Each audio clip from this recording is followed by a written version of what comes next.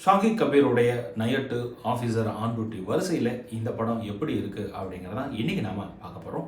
படத்தினுடைய கதைக்கு போகிறதுக்கு முன்னாடி நம்ம சேனலை சப்ஸ்கிரைப் பண்ணுங்க. கதை இதோ. சினிமாவில் ஸ்கிரிப்ட் ரைட்டர் சான்ஸை தேடிட்டு இருக்காப்புல போலீஸ் ஆஃபீஸராக இருக்கக்கூடிய குஞ்சாபா கோபன். ஒரு மூட நம்பிக்கை இருக்கக்கூடிய ஃபைல் ஒன்று இவர் கைக்கு வருது.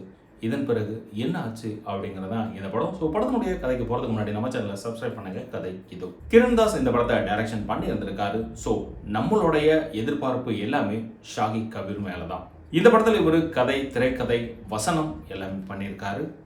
கதைக்குள்ளார கதை, அந்த கதைக்கு ஒரு பர்ஸ்பெக்டிவ் அப்படின்ட்டு ஒரு விதமான எப்பயும் அவருக்கு வரக்கூடிய அந்த நரேஷனில் இருந்து கொஞ்சம் வேற மாதிரியான ஒரு ப்ரெசன்டேஷனை இந்த படத்தில் கொடுத்துருந்துருக்காரு. ஸோ இது இன்ட்ரோவில் வரைக்குமே ஆடியன்ஸை ஹோல்டு பண்ணி வைக்குது. பிறகு நடக்கக்கூடிய அந்த அமானுஷ்யமான விஷயங்கள் எல்லாமே இது வழக்கம் போல சினிமாவா அப்படிங்கிற மாதிரியும், இல்லை இவருடைய ஸ்கிரிப்டுக்கு இது சரிப்பட்டு வராதே, இது அவருடைய ஸ்கிரிப்ட் இல்லையே அப்படிங்கிற மாதிரியான ஒரு துணி ஒன்று ஏற்படுது ஆடியன்ஸுக்கு. அதுக்கு முக்கியமான காரணம், ஸ்கிரிப்டை எப்படி வேணாலும் நம்ம நினச்ச மாதிரி எடுத்துகிட்டு போகலாம், அதுதான் அமானுஷ்யமாச்சே அப்படிங்கிறப்ப தான் இந்த சிக்கல் ஏற்படுது.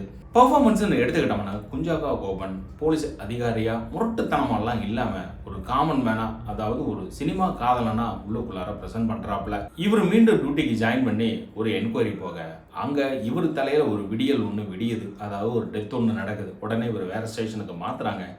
அங்கே போகிறப்ப தான் இந்த அமானுஷமான ஃபைலை இவர் தொட வேண்டிய சூழல் ஏற்படுது. ஒரு சின்ன விஷயத்தை மட்டும் சொல்லிடுறேன்.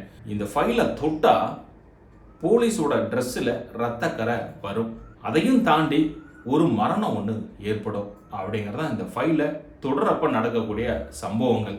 ஒரு ஆண் என்ன யோசிப்பான் அப்படிங்கிறத டக்குன்னு அந்த காருக்குள்ளே வேற ஒரு ஜோடி உட்காந்துருக்கப்ப இவர் ஃபோன் பண்ணி கேட்குறது எங்கே இருக்க அப்படிங்கிறதெல்லாம் ஆணுடைய மனப்பான்மை இப்படி தான் இருக்கும் அப்படிங்கிறத ஸ்கிரிப்டில் சரியாகவே அந்த இடத்துல பதிவு பண்ணியிருந்தாங்க.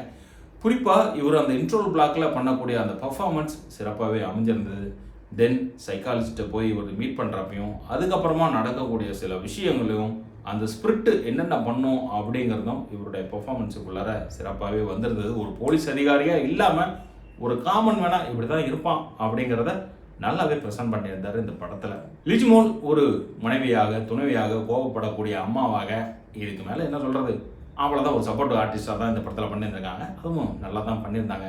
ஸோ இந்த படம் எப்பயும் போல ஷாகித் கபீரோட அவருடைய கைவண்ணம் அதில் சிறப்பாக இருக்கும் அப்படின்னு எதிர்பார்த்தா அது எந்த ஒரு மாற்றமும் கிடையாது. இருக்குது. பட் நாம் இந்த ட்ரீட்மெண்ட்டுக்கு அடாப்ட் ஆகணும் அப்படிங்கிறது அவருடைய விருப்பம். அவருடைய நரேஷனில் இது ஈஸியாக பண்ண முடியும் அப்படிங்கிறத நம்ம எதிர்பார்த்துட்டு இருந்தாலுமே புதுசாக நான் ஒன்று ட்ரை பண்ணுறேன் அப்படின்னு பண்ணியிருக்காரு இந்த கதையில். அதை நாம் வரவேற்கலாம். முடிஞ்ச அளவுக்கு நாம் அதை சப்போர்ட்டும் பண்ணலாம். நாங்கள் எதிர்பார்த்தது வேற, ஆனால் நீங்கள் இப்படி பண்ணிட்டீங்களே, பேய் கதையெல்லாம் சொல்லிட்டீங்களே அப்படியெல்லாம் நம்ம யோசிக்க தேவையில்லை. ஸோ இதே போல் நம்ம சேனலில் மற்ற படங்கள் ரிவ்யூ இருக்குது, பாருங்கள். மறக்காமல் சப்ஸ்கிரைப் பண்ணிட்டு மற்றவங்களுக்கும் ஷேர் பண்ணுங்கள்.